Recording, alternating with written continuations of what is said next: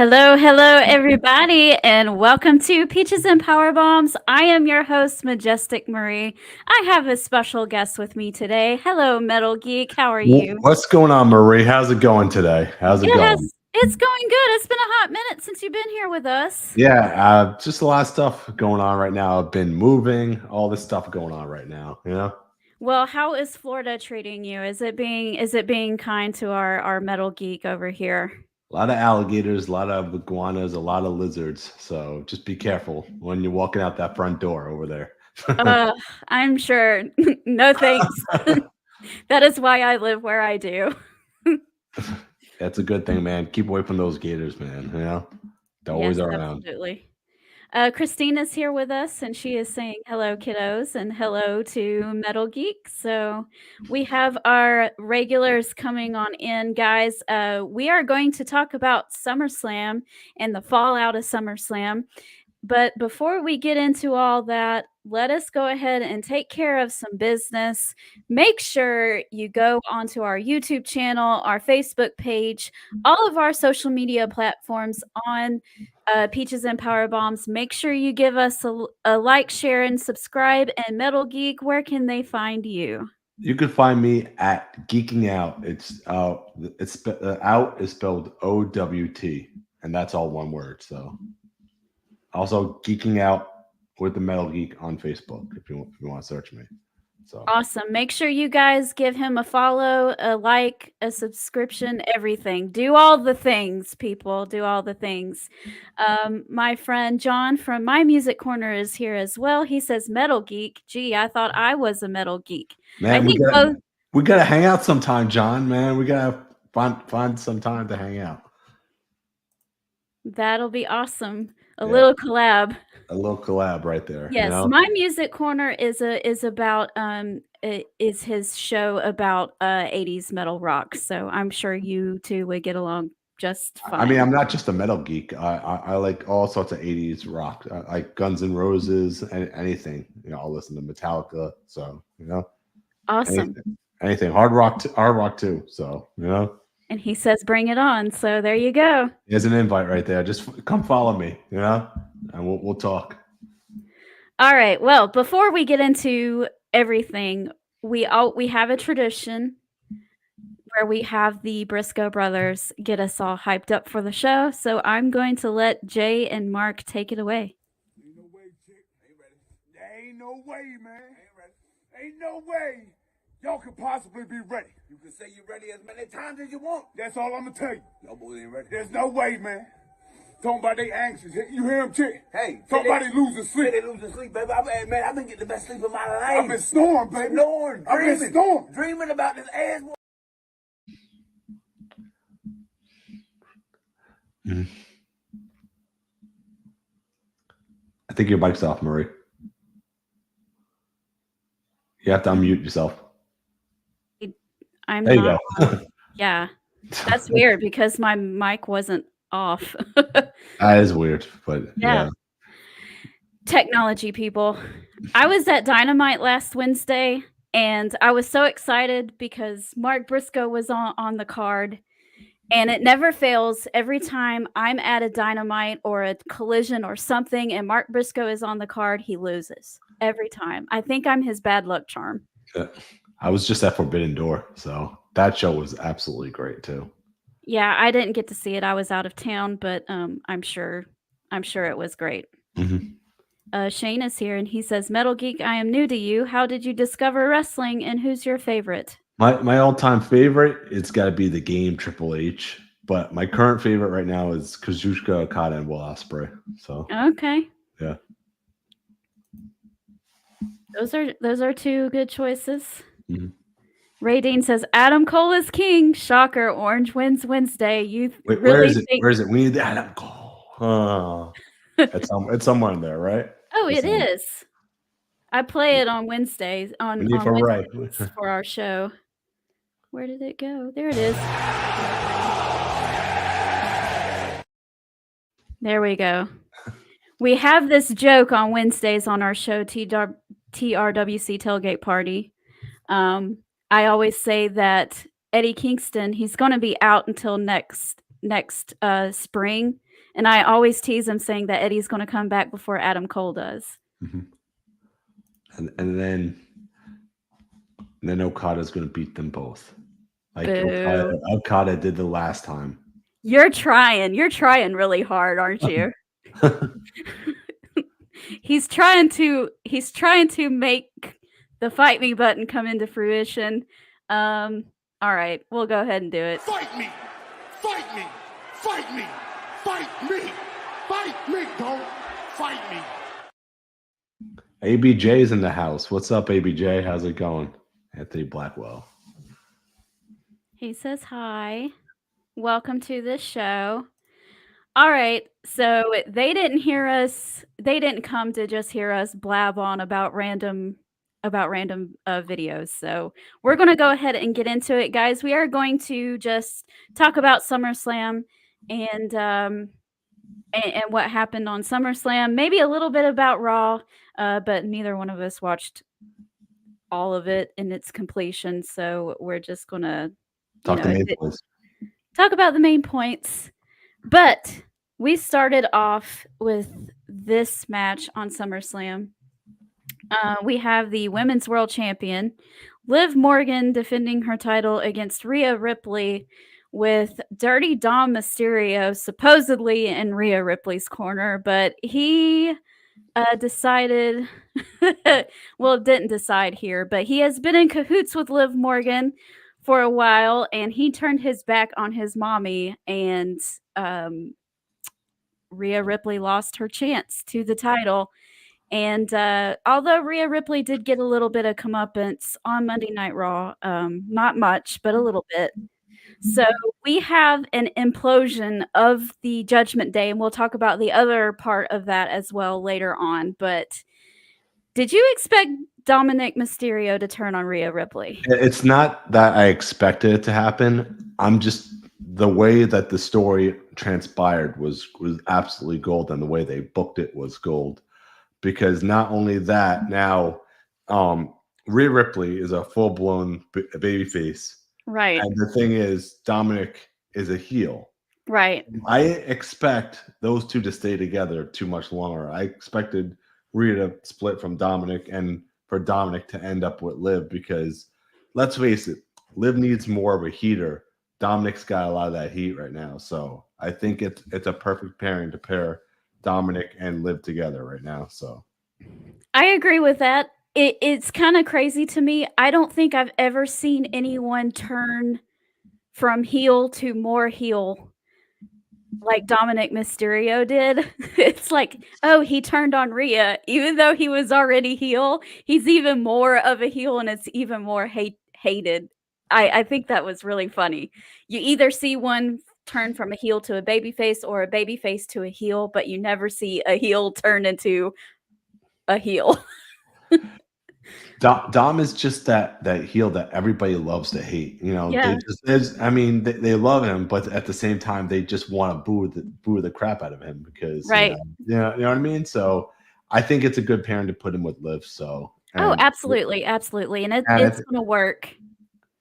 And it's going to do wonders for Dominic in the long run as well. So, do you ever think it's going to get to a point where everyone starts to like Dominic, or is he just going to continue to keep this heat? I mean, it would have to be honest, Dominic to turn face, it would have to be the correct story for him to turn face. But as of right now, I think he works really, really well as a heel. So yeah, he does. He does. I haven't seen anyone as young as him just like learn that quickly and just do so well of garnering that heat for himself. Shane says, Marie, think about this. When Eddie Kingston comes back, Bryan Danielson will be retired from full-time wrestling.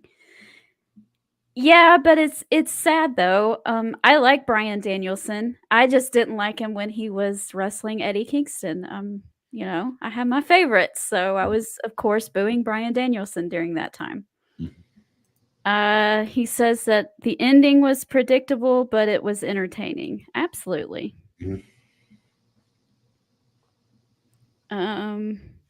He turned double heel. Yeah. Double heel. Yeah, not just a little heel. He's Nuclear heel. nuclear. That is so true. Nuclear 'Cause heel. no one is wanting to boo Rhea Ripley right now, so, it was inevitable. And the It- match itself was really good too, and it was a lot of fun, and Liv Morgan did the cat and mouse thing, and, it was a lot of fun, and, I'm gonna be honest, I wasn't really expecting it was so obvious, I didn't think that Dominic was gonna be the one to turn on Rhea Ripley. I thought maybe it would be Finn Balor, no, realizing, in cahoots with Liv Morgan instead, but, I if think everybody, it was like everybody did this instead of just, like, one person, so if you remember back to the Roundtable Rumble, I kind of called that they were going to end up together. Oh, I wasn't Oh yeah, I that's wasn't Sarah. on there, yeah. Right. Alright, next up, we had the Intercontinental Championship on the line with Sami Zayn versus Braun Breaker, and we have a new Intercontinental Champion in Braun Breaker. This match, was one-sided for the majority of it. Sami Zayn did fight back. It's not that he looked weak or just pummeled or anything like that, but Braun Breaker was very dominant in this match, and he got the win here. So, how did you feel about this? This is another match I predicted, and it came true that I feel that Mhm. they wanted to give the belt to Braun on a bigger stage, and Right. it's like SummerSlam. So I mean, Money in the Bank's a pretty big stage too, but I felt like SummerSlam is probably one of the second to third biggest pay-per-views of the year. So they had to Right. do something with him. So they wanted to give him the belt at SummerSlam, which was probably the right decision to do for Sami Zayn to pass the torch over to Braun. I mean, Sami Zayn's not retiring, but No. at the same time though, it's like to give it to someone new to Right, help right, somebody out. and I like the way that they did it. They didn't just go ahead and give it to Braun Breaker the last time that they wrestled.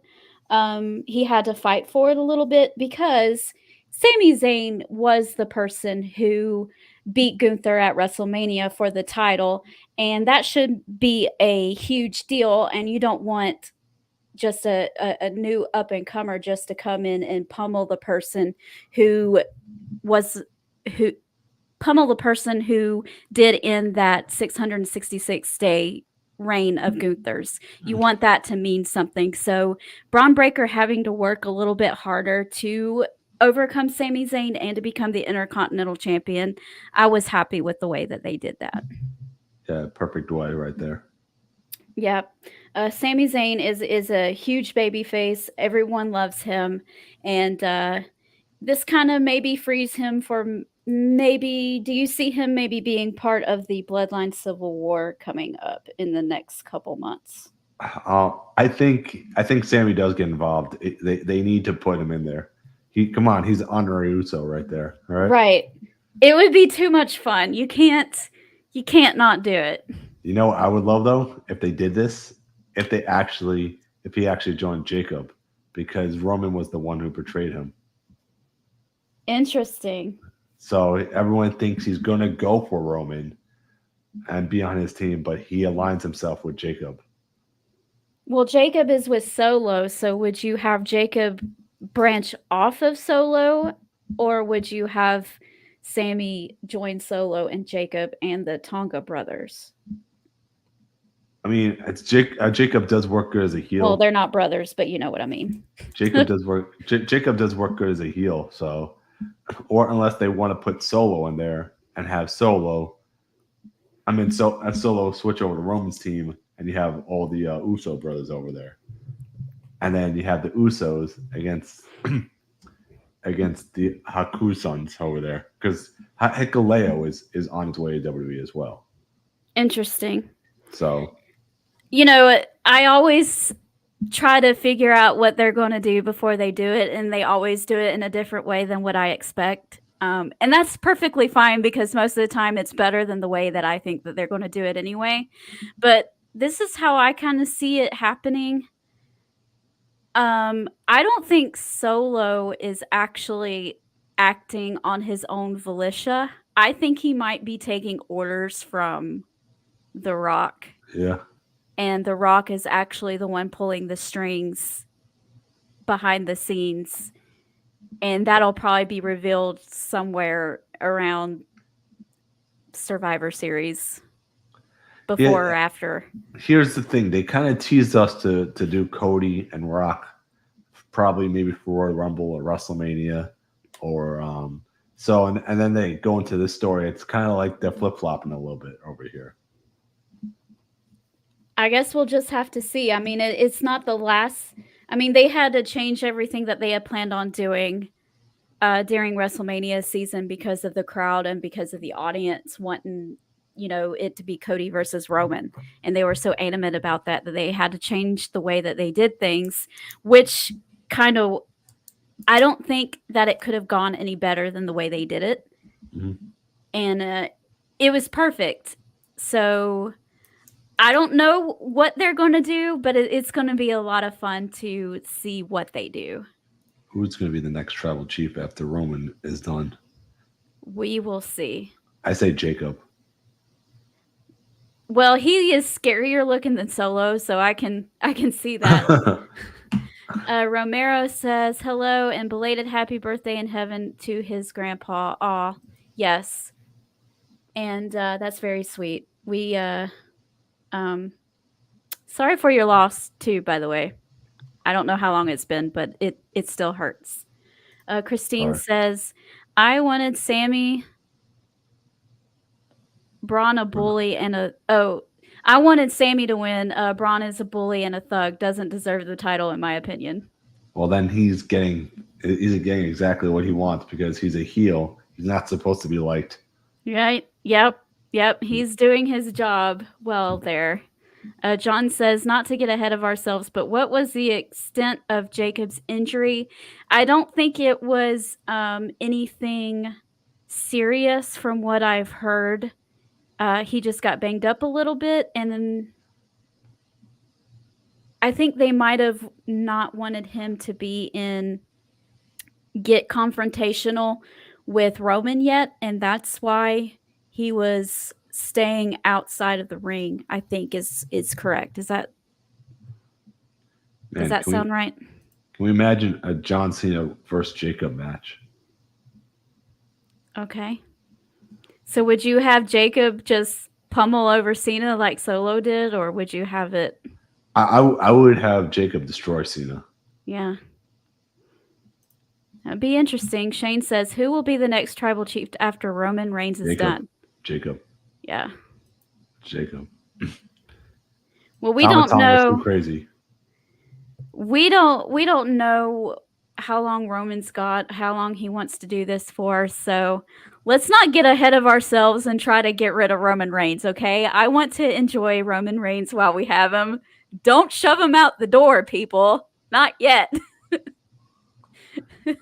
I was just I'm not going to jump ahead of it. I'll save my comments for later. Okay, because we're going to get into all of that too. Mm-hmm. We have a new United States champion, Logan Paul versus LA Knight. LA Knight gets the win, and I have one of those videos too. If you want me to play it. Yeah. All right, if I can find it, I've got. Here we go.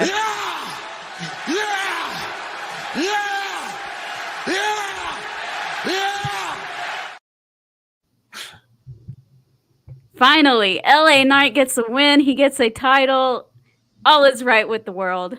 My dad pretty much said if LA Knight didn't win, he was going to riot. And I was like, okay, this is serious, because usually my dad is just along for the ride and he doesn't care. But he said that. I was like, all right, guys, y'all have to have LA Knight win. And they listened, and LA Knight did, in fact, win. People say that it was because Logan Paul was being punished. I really don't believe that. I believe this was the plan all along, the whole time, that Logan was going to drop the belt to LA Knight at SummerSlam. With all the ties, politically speaking, with all the ties that the McMahon family has, are we allowed to say McMahon on the air? Yeah. politically, the family itself, you know, they don't have any right to punish Logan Paul for something like that. So, not Skills in the really. house. Not really. And I don't know. I don't want to get into all that, but it was a good match. Both of these guys killed it. It was fun to watch, and the right person won. And MGK got involved too. Oh yeah, Machine Gun Kelly. Yeah, MGK was there. They all tried to screw Logan Paul. They did, and it didn't work. Again, about time they pulled the trigger with LA Knight. Absolutely. With all these YouTubers being in WWE, how far do we think we get Mr. Beast at a WWE event? Because he's friends with Logan Paul. I don't know. Does he have any interest in wrestling? Has he ever said that he likes wrestling? I have no idea. Well, he's done everything else, so he has his own restaurant, everything. So he can knock that off the bucket list right there. Your friend Ed is here, and he's saying hi. Skills the Great, right there. And Ryan, your friend Ryan is here too. What's up, Ryan? What's up? Welcome to the show, everybody. So yeah, I was very happy with this match. Even if Logan Paul would have won, I would have still liked the match, but I'm glad that LA Knight did win.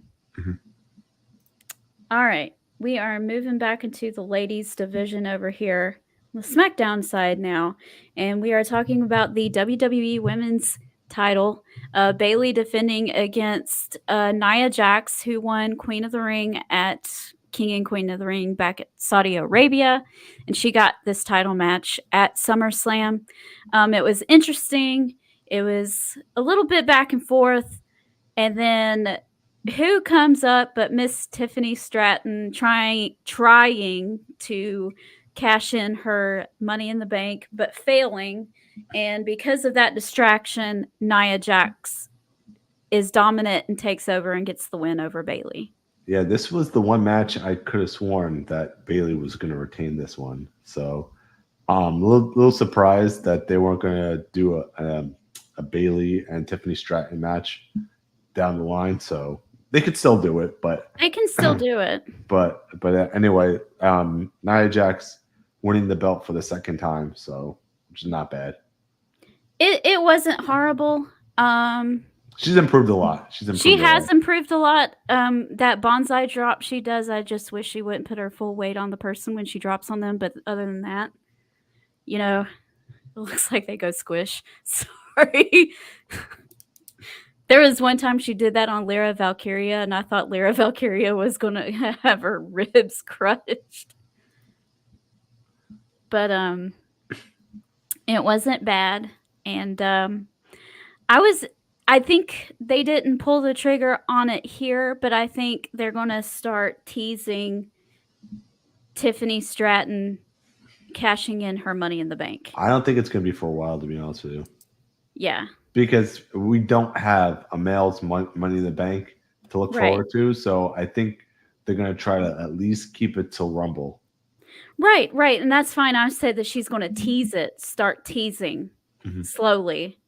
Like, she's going to be sitting there with her briefcase, and she's going to see Nia in her title match, and she's going to be debating with herself whether or not she should cash in or not. And then she decides not to, and she does that for several months, and then finally cashes in. Do you see a Tiffany Stratton babyface or no? With I guess Nia Jax. I don't know. I think Nia Jax is more likable than she is. But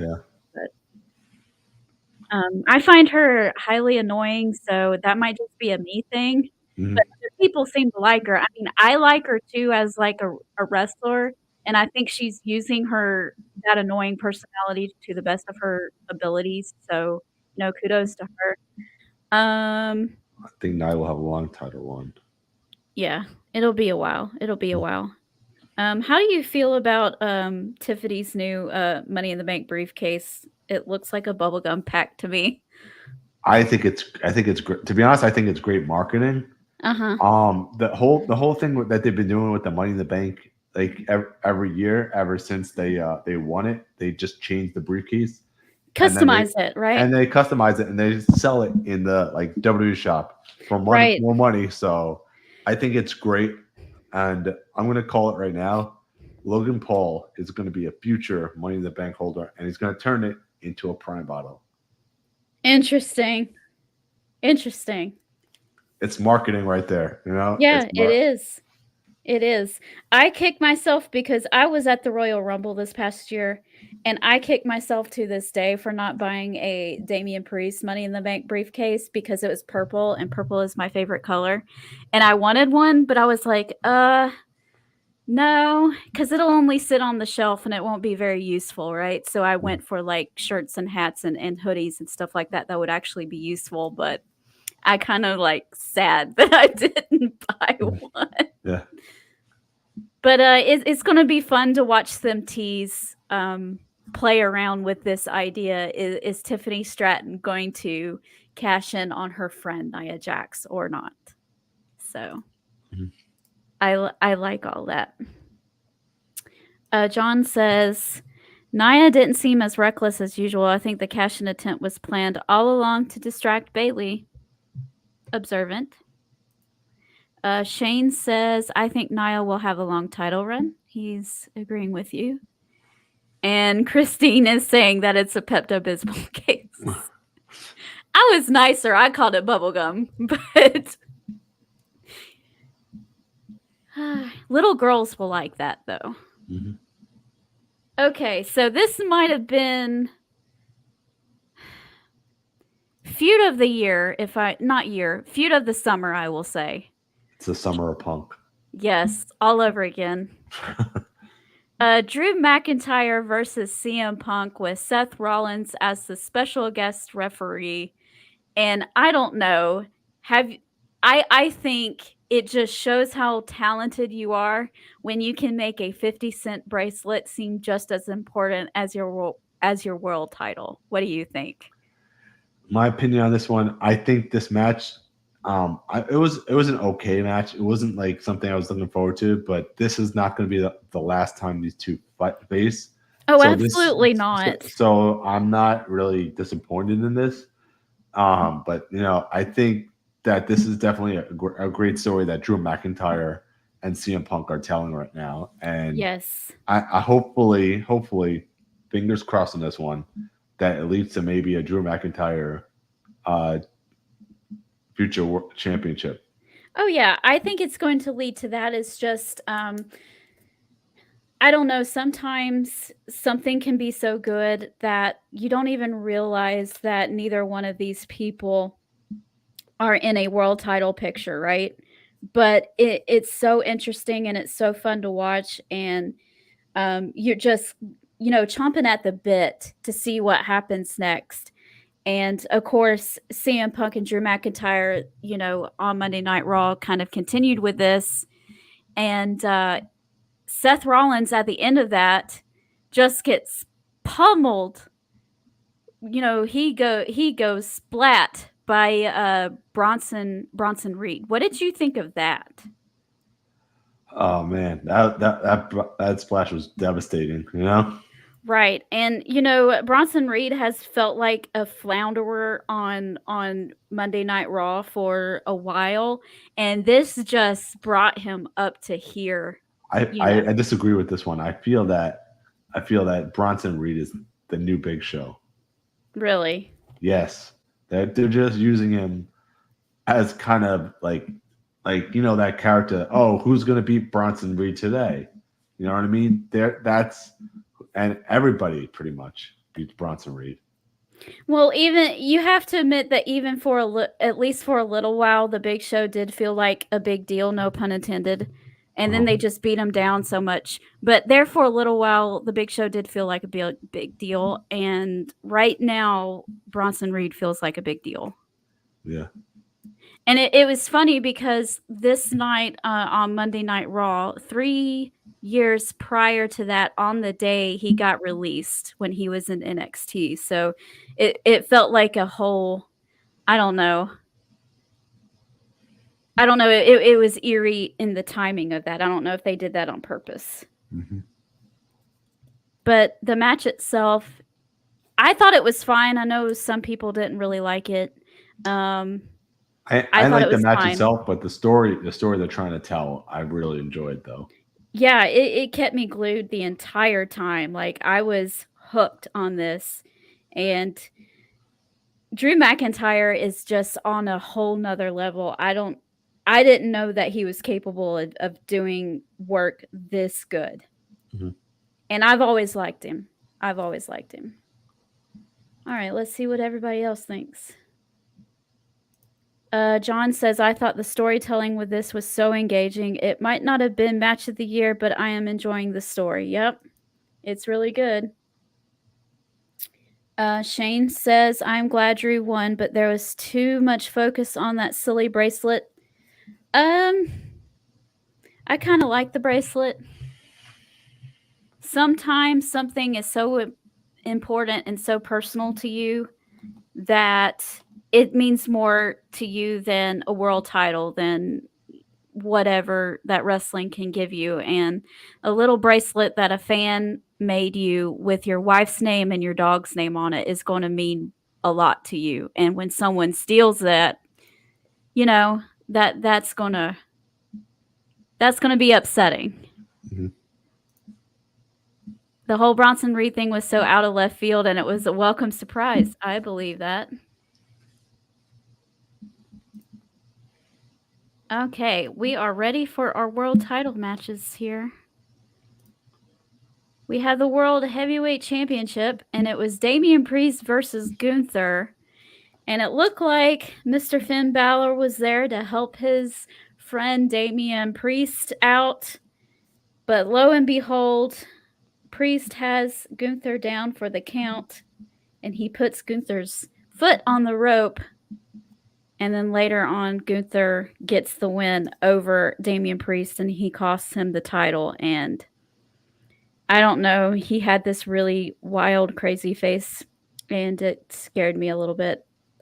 Finn Balor, I'm not gonna lie, but I knew that Gunther was going to win, but I wasn't sure how. If they were going to have somebody in the Judgment Day cost him or not. Yeah, yeah. This was a match that I failed to predict again. I really thought that Gunther was going to lose this one, and he was going to win it at Bash at Berlin in Germany, which was next month, which would have been a great moment for him. But the thing is, though, I think the story they were trying to tell here is that Gunther's a heel, so they didn't want him to get that reaction. Right. You know what I mean? Right. Saying that, oh, Damian Priest, he can't win the big one. He can't beat me, yada, yada, yada. He's a nobody, you know. Right. And not only was the storytelling leading up to this match great, the actual match itself was absolutely amazing, very hard hitting. And you know, just a great match. I really enjoyed this match. This was probably, for me, this was match of the night. Right. Match itself, yes, absolutely. And that just like I said, those chops from Gunther are nothing to be messing around with, you know. Oh no. I would not want to take a chop from Gunther at all. Everybody looks like they've been through the meat grinder every time they get in the ring with Gunther. It's kind of funny though. For one thing, Damian Priest has been slowly getting cheered, you know, just like Rhea, right? But he's part of this heel group. Mm-hmm. But so, you know, no one wants to really boo Damian Priest, but he did actually go full on babyface the next night on Monday Night Raw when he addressed the fans as his new family. Yeah. And everything like that. It's kind of funny though, because on one hand, yes, Finn Balor costed his teammate, you know, someone that he had was tag team champions with just last year, right? And so I get that, but on one hand, like Damian Priest has like been having these outbursts and like grabbing Finn Balor by the shirt and yelling in his face and everything. And part of me is almost like, I don't really blame Finn Balor for doing that to Damian Priest. He almost asked for it, but I'm a big Priesty fan too. So, I'm always happy to see him. And Priest is a Brooklyn guy from New York. So, that's where Geek's from right there. Okay. Originally. Yeah. So, well, not Brooklyn, but New York, so. Right. You got to root for your home state. I understand that. And so, Yeah. Be trained at the Monster Factory right there. It's really hard to figure out who to cheer for when Cody Rhodes and AJ Styles wrestle for the same reason. Mm-hmm. But yeah, so yeah, that had to be telling like one of the best stories right there, and I really enjoyed this match and the storytelling in it, like with Finn Balor screwing Damian Priest, and to be honest, I really thought, like I said, I thought Gunther was going to win this one next month. And at the end, I thought Balor would beat the crap out of Priest and kicked him out of the Judgment Day. Interesting. That's how I thought it was going to go down. But apparently they had another idea for a storyline. So we do, and we can talk about that for just a minute if you want. On Monday Night Raw, Gunther came out in all of his glory saying, oh, look at me, I won the world championship, and I'm going to make this title prestigious. This ring is sacred. No one takes it as serious as I do.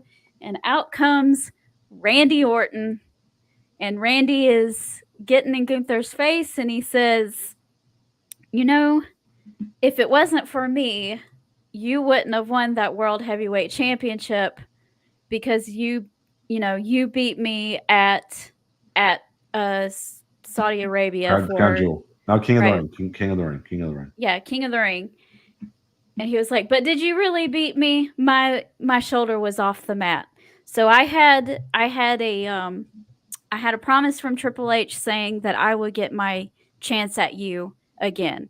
And so here am I, and I'm challenging you for that world title at Bash in Berlin at the end of the month. Mm-hmm. Do you think this was a good move? Yes and no, because people are going to be singing Randy Orton's theme regardless, but people love Gunther, and they can't wait to see Gunther come home with the belt. So I think this is going to be a 50-50 match, in my honest opinion. Yeah, and people are going to be happy with seeing both of these guys, and heel, face, whatever. I don't think that that's going to really matter all that much in this match. In Berlin itself, not necessarily while they're building up to it. Mm-hmm. So it'll be fun. I was actually expecting Randy Orton to turn on Cody this coming Friday Night SmackDown. I was waiting for that too. That's not going to happen yet, so we will have to wait on that Randy Orton heel turn. Do you think that that's coming at some point? I think they still have some time to do it.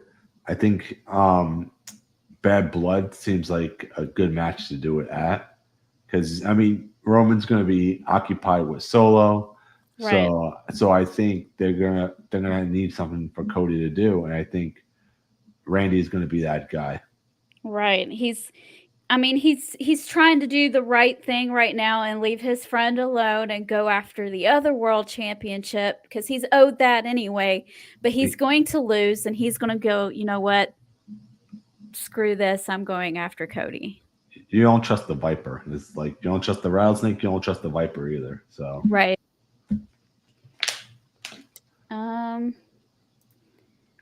Christine says, I'm glad Damian is out of the Judgment Day. There are a bunch of punks. Damian is better off single. No, he's not single. Jey Uso's going after Rhea.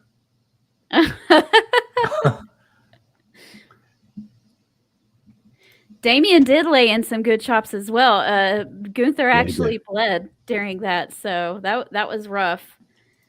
Shane says, long-term storytelling, Rhea and Damian together going to get married on Raw, and Dirty Dawn breaks it up.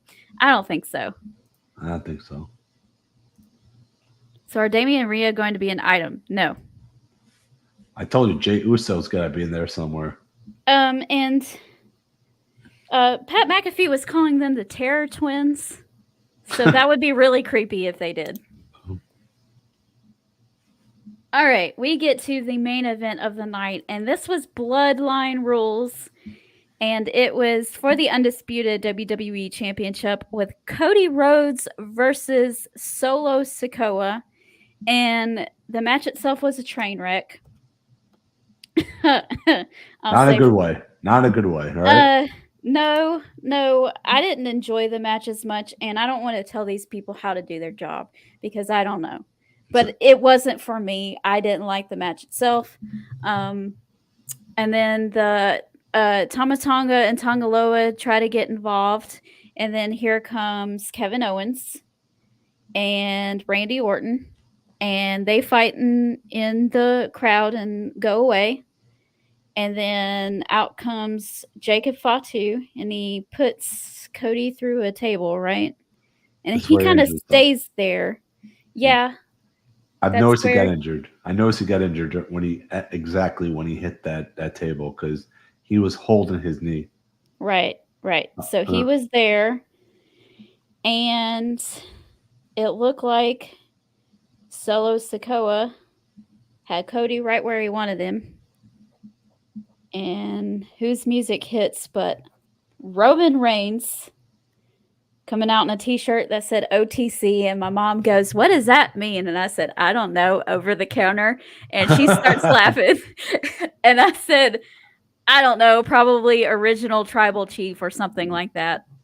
So he comes out, he kind of looks at Cody, but he spears Solo Sikoa, looks at Cody again, and walks out. And Cody's like looking over at Roman when he has Solo in position for the crossroads. Like he's expecting Roman to come back after him, and he's waiting for him to do it, and he does it, and he goes, "Oh, okay, I could do this." He gives him the crossroads and beats Solo Sikoa. 1, 2, 3. I feel this match. I feel they could have planned Roman's return a little bit better than this. You know, Really? like yeah. I feel like they should have had the whole bloodline just beat down Cody, right, and then beat down Cody's friends, and then Roman Reigns just to spear everybody. I feel they should have done something like that. You want to make Roman like a badass, and that would have been the best way to do it. Just to have him come in there and just save the day, spearing everybody. Well, like you mean everybody, like even Cody's friends? Why not? Well, then his purpose of being back wouldn't have been very clear. Then you would have wondered whose side is he really on. Yeah. So maybe if the other members of the bloodline were in there and he spears everybody, that might have been more impactful. But he was sending a message: I am going after Solo Sikoa because the head of the table, the tribal chief title, is more important than what Cody has. I respect Cody because, he beat me fair and square, whatever. Solo Sikoa is taking what doesn't belong to him. Mm-hmm. So I thought it was just fine the way they did it. And he did call Roman Reigns a weak tribal chief. Yeah, he did. So he did. And he also said the week before that if Roman Reigns comes back, that he will acknowledge me, speaking of Solo Sikoa. You have it? Let's see. Christine says, not Randy, their match in Berlin. How about Damien costing Gunther the title? No. That should not happen. Damian Priest is too busy with Finn Balor right now. She wasn't impressed with the match either. Bloodline rules match usually are a train wreck. Which way? I agree with that. And he says, I think I would have held off a little longer for Roman's return. I like the way it happened. But that's okay. If it didn't work for you, it didn't work for you. All right. Well, WWE is on a roll right now, and I'm excited to see what happens. Roman Reigns is supposed to appear on SmackDown tomorrow night, and I will be glued. I don't know about you. Yeah. All right. Well, that was the show. Is there anything else you would like to add? Yeah, Geek, yeah. before- I would just like to add a couple of little things that NXT is doing a big show when they move to CW. I don't know if that was announced. Is that the Great American Bash or whatever it is? No, it's not the Great American Bash. They're moving. They're going to be doing a show at the what's it, the United Center or the Allstate Arena, in Chicago.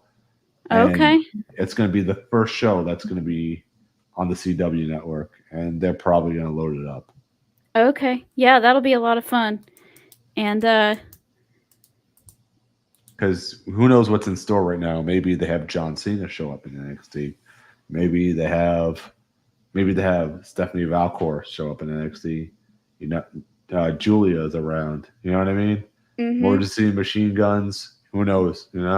Yeah, anyone from TNA could show up too. So, how do you feel about that collaboration with TNA and NXT? I love the collaboration. I think that right now I feel it's one-sided. Right. But I feel like they literally made a star out of Joe Henry. Yes, I love that dude. With the collaboration right there. So, and not a lot of people who know who Joe Henry is. Now everybody knows who he is, and now everybody wants to sing his song. Say his name and he appears. It's so much fun. I love it. I see that dude signing with WWE as soon as his contract is up. With TNA, yeah. They seem to really be interested. He's been on NXT pretty much every week. Yes. So, and he's coming to House of Glory, and I think he's going to be wrestling in Florida too. So, look out for that. Lots of fun. So if you're in Florida, make sure you go check that out. Shane says, do you think Paul Heyman returns tomorrow night with Roman? Yes. Obviously. That's happened. Yes. That's 100%. Yes. And he will not have bags under his eyes and look like death itself. He will be a fresh Paul Heyman, a new Paul Heyman, a happy-go-lucky Paul Heyman. Sorry, I had to quote. Can we finally get Paul Heyman as a babyface in WWE? He's been a heel for so long. It's about to happen. It's about to happen. It's about to happen. It's crazy. I don't think he's ever been a face. I don't think so either. I don't remember a time. Maybe when he was with Brock for a little bit, but other than that, I don't think he's ever been a face. No, I think Brock has always been a heel if Paul Heyman was with him. I mean, he was a babyface when he was going against Roman Reigns and stuff, but the beginning, Survivor Series 2002, when he was a babyface for a little bit when he was with Brock Lesnar. He fought the Big Show. Oh, and then I wasn't watching WWE at the time. Yeah. Right after WrestleMania 18, I was 14 years old, and I started noticing how bad they were treating the women wrestlers, and I hated to watch it, so I stopped. Yeah. I still went to indie shows with my dad, but I didn't watch anything on TV. Paul Heyman was kind of babyface. Kind of. Well, that's because the Philadelphia crowd loved him so much. It was. But anyway. The New York crowd too. Yeah. Yeah. Yeah. Well, there you have it. That was SummerSlam. It was a lot of fun. I want to thank my friend Metal Geek for coming over and talking SummerSlam with me. Laura wasn't able to make it tonight, and he so gracefully just, agreed to come on. You did appear, just like Joe Hendry. We believe in Metal Geek. So, would you like to plug your shows again for us one more time? Yeah. So you can follow me at Geeking Out. It's Geeking Out. And the out is with an OWT. So, and I'm also on YouTube. I'm also on Facebook. You can find me Geeking Out with the Metal Geek. So I will put it in the comments. Geeking Out. Yeah, there we go. And at Geeking Out with an OWT. Yes. All right, guys. Thank you so much for joining us. As always, make sure you like, share, subscribe to Peaches and Power Bombs. Also, make sure you go and follow us on Wednesday afternoons, 4 p.m. for the TRWC tailgate party, where we preview every AEW Dynamite. All right. Until then, everybody, we will see you next time. Bye. Good night, sweet peach. It's time to go. Good night, sweet peach. It's the end of the show. We hate to leave, but we really can't stay.